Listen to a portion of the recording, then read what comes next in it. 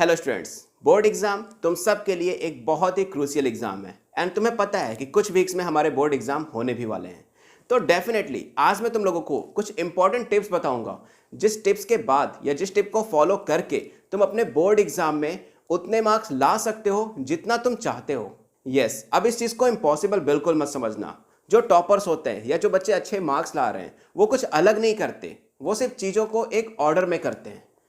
हर चीज़ को करने का एक ऑर्डर होता है। लाइक पहले हम ब्रेकफास्ट करते हैं, लंच करते हैं, फिर डिनर करते हैं। अगर हम डिनर मॉर्निंग में कर ले तो हमारा डे पूरी तरह से लेजी हो जाता है।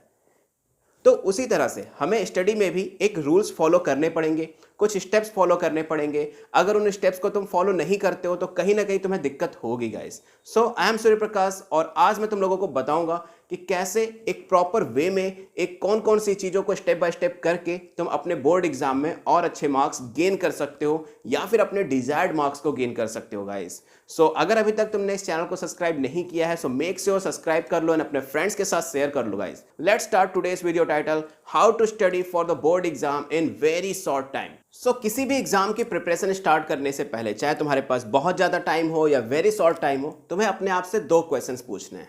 कौन कौन से? सबसे पहला क्वेश्चन तुम्हारा होना चाहिए व्हाट, एंड दूसरा क्वेश्चन होना चाहिए हाउ। ये दो क्वेश्चन तुम्हारे पास हमेशा होने चाहिए किसी भी सब्जेक्ट की स्टडी करने के लिए या किसी भी एग्जाम की प्रिपरेशन के लिए। कैसे, मैं बताता हूं। देखो, व्हाट में हम ये देखते हैं कि हमें एग्जैक्टली पढ़ना क्या है। सपोज करो अभी तो हमारे पास टर्म 1 है एंड टर्म 1 में कुछ चैप्टर्स नहीं आ रहे और कुछ चैप्टर्स आ रहे हैं। तो मान लेते हैं हम फॉर एन एग्जाम्पल एक सब्जेक्ट का एग्जाम्पल लेते हैं साइंस का। ठीक है, साइंस में ऐसा मैं मान लेता हूं कि हमारे 6 चैप्टर्स आ रहे हैं। ठीक है, 6 चैप्टर्स। ओके, अब ये 6 चैप्टर तुम्हें कितने वीक में खत्म करने? मान लेते हैं एग्जाम 4 वीक के बाद है, तो हमारे पास वीक कितने हो गए? वीक हो गए हमारे पास 4।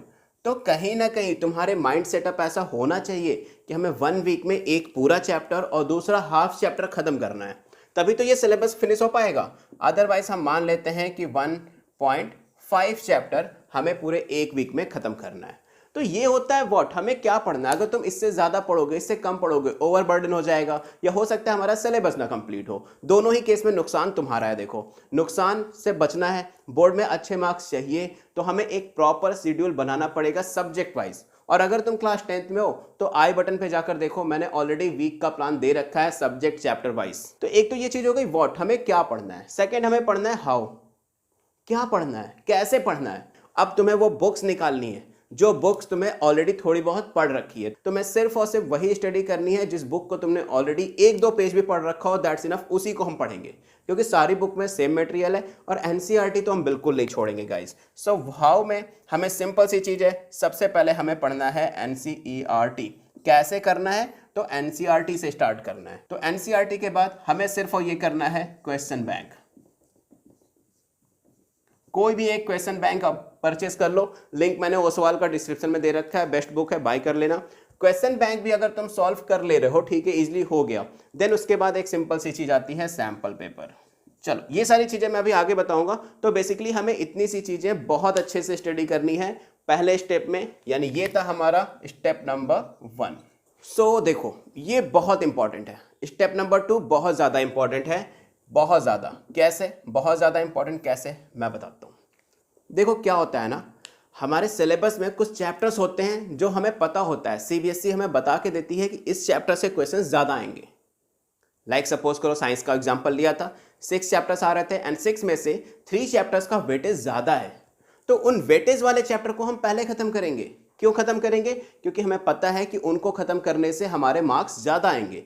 तो सेकेंड स्टेप में हमें सिर्फ ये करना है कि सब्जेक्ट वाइज जिस चैप्टर का वेटेज ज़्यादा है उन चैप्टर्स को हमें पहले फिनिश करना है और उन चैप्टर्स को बाद में करेंगे हम जिसमें वेटेज कम है, सो दैट बोर्ड में हमारे ज़्यादा मार्क्स आने वाले क्वेश्चंस ना, जो ज़्यादा पेपर आएगा जिसमें से मैक्सिमम क्वेश्चंस आएंगे, वो हमारा प्रिपेयर होगा। अब अगर मैं बात करूँ तुम्हारे थर्ड स्टेप की, तो थर्ड स्टेप तुम्हें बहुत ज़्यादा इंपॉर्टेंट है, बहुत बहुत बहुत ज़्यादा इंपॉर्टेंट है। क्यों? तुमने स्टार्ट कर ली स्टडी, पढ़ना भी स्टार्ट कर लिया, अब आएंगे तुम्हारे डाउट। क्या आएंगे तुम्हारे पास? डाउट आएंगे। तो गाइस, बहुत अच्छी प्रिपरेशन करनी है तो डाउट नहीं होने चाहिए, यानी डाउट क्लियर होना चाहिए। सो डाउट के लिए सबसे जरूरी चीज, सबसे इंपॉर्टेंट चीज क्या है? अपने टीचर से कांटेक्ट करो। टीचर डाउट आता है टीचर के पास जाओ, डाउट को सॉल्व करो, दैट्स इट। और कुछ भी ऐसा तरीका नहीं है। ऐसा नहीं कि फ्रेंड सर्कल बना लिया, तू मेरा डाउट सॉल्व कर दे, मैं तेरा डाउट सॉल्व करता हूँ। नहीं गाइस, टीचर से बात करो, सर मुझे पढ़ना है, मैंने टाइम नुकसान कर लिया है, अब कोई दिक्कत नहीं है, टीचर पढ़ाएंगे तुम्हें। एंड डेफिनेटली टीचर जब डाउट सॉल्व करते हैं ना तो तुम्हें ज़्यादा अच्छे से समझ में आएगा। तो मेक श्योर गाइस, डाउट बिल्कुल नहीं आने चाहिए, that is step number 3। Doubt आ रहा है तो सॉल्व करो, अदरवाइज तुम्हारी स्टडी का कोई मतलब नहीं है। नाउ अगर इसके बाद के स्टेप की मैं बात करूं तो हमें चाहिए होती है इंप्रूवमेंट। इंप्रूवमेंट चाहिए होगी। अब ये इंप्रूवमेंट हमें करनी किसनी है? अपने स्पीड में, हमारे क्वेश्चन सॉल्विंग स्पीड में हमें इंप्रूवमेंट चाहिए। बिकॉज एग्जाम में क्या होगा ना, तो मान के चल लो कि अगर तुम किसी एक क्वेश्चन को यहाँ पर 10 सेकंड्स में सॉल्व कर रहे हो तो एग्जामिनेशन हॉल में उसी क्वेश्चन को सॉल्व करने में तुम्हें 15 सेकंड्स लग सकते हैं। तो डेफिनेटली स्पीड पे बहुत ज़्यादा काम करो। एंड इस स्पीड के साथ साथ हमें एक चीज़ और काम करनी है, एक्यूरेसी पे। एक्यूरेसी पे भी काम करनी है कि ऐसा ना हो कि हम स्पीड में बहुत चल रहे हैं बट हमारे क्वेश्चंस गलत हो जा रहे हैं, आंसर हमेशा गलत आ रहा है। ऐसा नहीं करना, स्पीड के साथ एक्यूरेसी चाहिए हमें। तो इन दोनों चीज़ों पे भी बहुत ज़्यादा ध्यान देना कि हमारे क्वेश्चन को सॉल्विंग स्पीड जो है और उसके साथ जो उसको सही करने की एक्यूरेसी है वो दोनों भी बिल्कुल सही हो, तब जाके तुम्हें इफेक्टिव मार्क्स मिलेंगे, तब जाकर तुम अच्छे से सॉल्व कर पाओगे। और ये होगा कैसे, इसके लिए मैं तुम्हें अभी आगे बताऊंगा कि एग्जैक्टली होगा कैसे। स्पीड तब बढ़ पाएगी जब तुम एक ही टाइप के क्वेश्चंस को कई बार करोगे। रिवीजन से क्या होता है, हमें वो चीज़ें समझ में आने लगती हैं, बार बार हम सॉल्व करने लगते हैं, सो दैट तुम्हारी स्पीड बढ़ जाएगी और उसी के साथ साथ एक्यूरेसी भी बढ़ जाएगी। So yes, this is all depend on the revision guys. Time management की अगर मैं बात करूँ तो ये बहुत ज़्यादा इंपॉर्टेंट है। और ये होगा कैसे, कभी भी तुम सैम्पल पेपर सॉल्व कर रहे हो या फिर इसके अलावा कोई क्वेश्चन बैंक सॉल्व कर रहे हो, तो जब तुम करना स्टार्ट कर रहे हो ना तो उसके पहले किस टाइम पे स्टार्ट करो। मान लो मैंने 10 बजे पढ़ने बैठा और मैंने 10:10 पे ऐसा सोचा कि अब मैं सैम्पल पेपर स्टार्ट करूंगा, ठीक है। तो स्टार्टिंग टाइम लिख दो अपने उसी सैम्पल पेपर के ऊपर और फिर नीचे सॉल्व करना शुरू कर दो। जब तुम सॉल्व कर लो, जैसे ही तुम्हारे क्वेश्चंस फिनिश हो जाएं, देन वहां पे फिर से टाइम लिख दो। मान लो मैंने इसमें टाइम ले लिया 11:45 या चलो 11:10 ले लिया फिर से। नाउ मुझे कितना टाइम लगा एक सैंपल पेपर को सॉल्व करने में? 1 घंटे, 1 आवर्स। अब जब दोबारा सैंपल पेपर को सॉल्व करोगे ना तुम किसी और दिन या सेम डे, फिर वही टाइमिंग लिखो कि मैंने चलो इस बार स्टार्ट किया 10 AM पे और बट इस बार मैंने अपना सैंपल पेपर 11 AM पे फिनिश कर लिया था। नाउ मुझे कितने मिनट्स लगे? 50 मिनट्स ओनली। मैंने क्या किया? टाइम मैनेजमेंट किया और उसको इंप्रूव कर लिया। बात समझ में आई? स्पीड बढ़ी, जो कि मैंने पिछले टॉपिक में बताया था, एक्यूरेसी बढ़ी और फिर उसकी वजह से हमारा क्या हो गया? टाइम मैनेजमेंट बहुत अच्छा हो गया। सो टाइम मैनेजमेंट डिपेंड करता है तुम्हारी स्पीड और एक्यूरेसी पे। बट कैसे पता करोगे कि टाइम मैनेज हो रहा है, स्पीड बढ़ रही है, एक्यूरेसी बढ़ रही है? तो वो बढ़ाने का तरीका मैंने बता दिया कि वो कैसे पता कर सकते हो।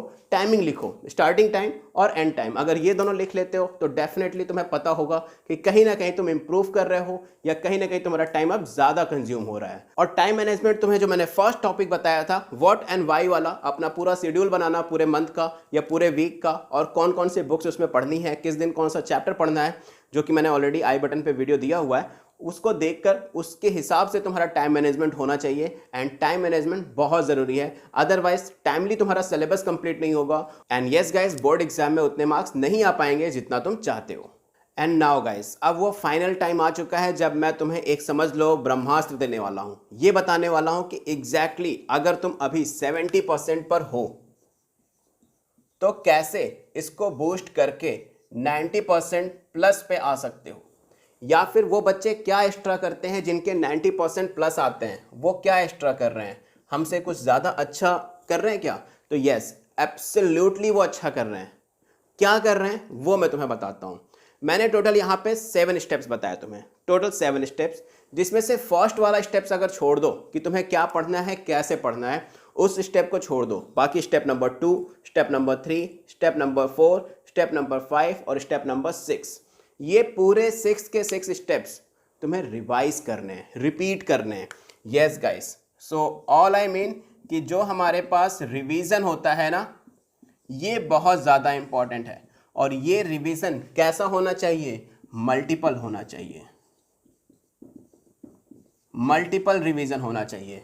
यस, जितना ज़्यादा मल्टीपल रिवीजन होगा उतना ज़्यादा अच्छा तुम्हारा परसेंटेज बूस्ट होगा गाइस। तो यस, यही वो चीज़ है जो हमारा टॉपर, तुम्हारे क्लास का टॉपर, तुम्हारा 90% प्लस पाने वाला स्टूडेंट जो उसको तुम जानते होगे, वो यही करता है।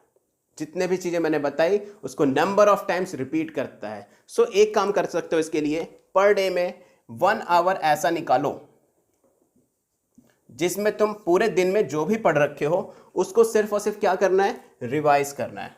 इस 1 घंटे बैठकर तुम वो सारी चीज़ें देखोगे, सिर्फ बहुत डिटेल में रिवाइज नहीं करना, सिर्फ तुम्हें गो थ्रू करना है कि तुमने आज ये पढ़ा था एंड उसमें जो टॉपिक्स भूल रहे हो उसको एक बार देख लो।